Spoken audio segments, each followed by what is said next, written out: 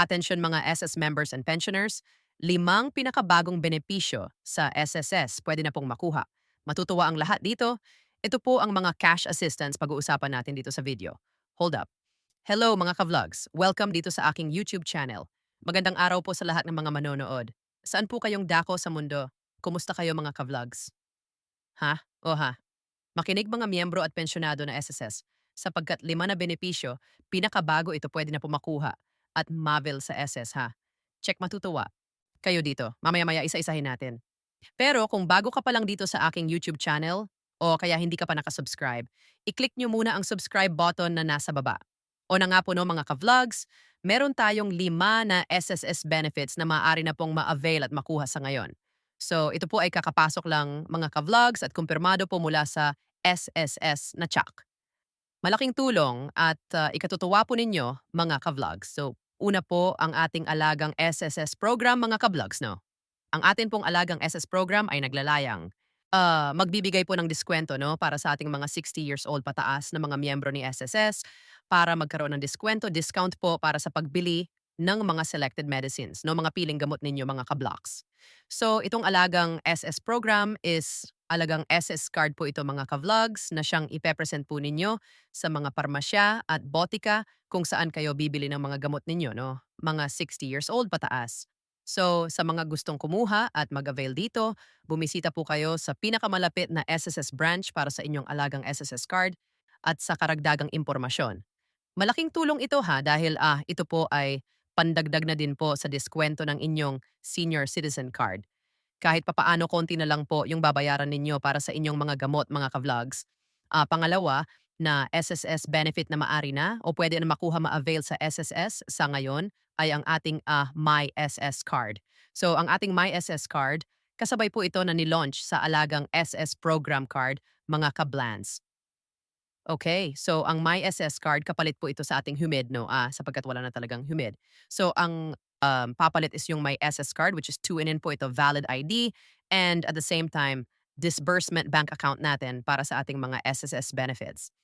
So, ATM card na din po siya no, para sa ating SSS loan, sa ating mga pension at iba pang claim na benefit from the SSS. Yan ang ating My SSS card.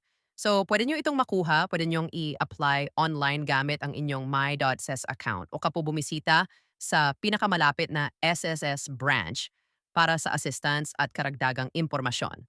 Pangatlo ha na SSS benefit na pwede na at ma-avail. Good news ito para sa ating mga SSS pensioners na gustong mag-avail po ng SS pension loan sapagkat ang ating mga retirement pensioners ay pwede na po o tinaasan na po ang inyong pension loan amount na maaaring hiramin kay SSS ha. Mga retirement pensioners up to 300,000 na po ang pupwede sa inyo na ma-avail sa inyong SS pension loan. No, depende po sa inyong yung pension loan. Monthly credit mga ka-vlogs na natatanggap. So up to pa 300,000 hours, malaking tulong na din po yan para sa inyong mga retirement pensioners. Kaysa naman po kakapit kayo o sasan kayo ng ATM card sa mga loan sharks no, na mataas ang interest at the same time kinukuha ang ATM card. Naku po dito na lang po kayo sa SS Suspension Loan Program which is up to P 300,000. Maaring makuha 7% lamang po ang interest per year at hindi po kukunin ang inyong ATM card no. Ang kagandahan diyan, pwedeng mag-renew no, after 6 months ng pagbabayad ninyo na straight monthly sa SSS, mga retirement pensioners. So, sa mga gustong mag-avail ha, mga retirement or retired pensioners, pwede lamang online gamit ang inyong My at SSS account. O ka naman po, bumisita din po kayo sa pinakamalapit na SSS branch. Pang-apat na SSS benefit na maari na din po at pwede na sa SSS dito. Marami ang matutuwa dahil alam ko marami ang nag-aabang. Dito para naman po sa ating mga survivor pensioners. Kasi ang mga survivor pensioners, binubuksan na po ng SSS Active na po ang SS Pension Loan Program para sa inyo. Noon kasi mga kablans ang pwede lang po mag-avail ng SSS Pension Loan Program, miss yung mga retirers. Hindi kasama ang ating mga survivor pensioners. Pero ngayon, no, ano nyo po, kinumpirmahan mismo mula sa SSS na ang ating mga survivor pensioners pwede na din po mag-avail ng SSS pension loan mga ka-vlogs. And up to 150,000 ang maaari ninyong hiramin sa SS. 7% lang din po ang interest nito per annum or per year. At the same time, Maaaring mag-renew after 6 months matapos ang straight na buwan na pagbabayad. At hindi din po kukunin ang inyong ATM card.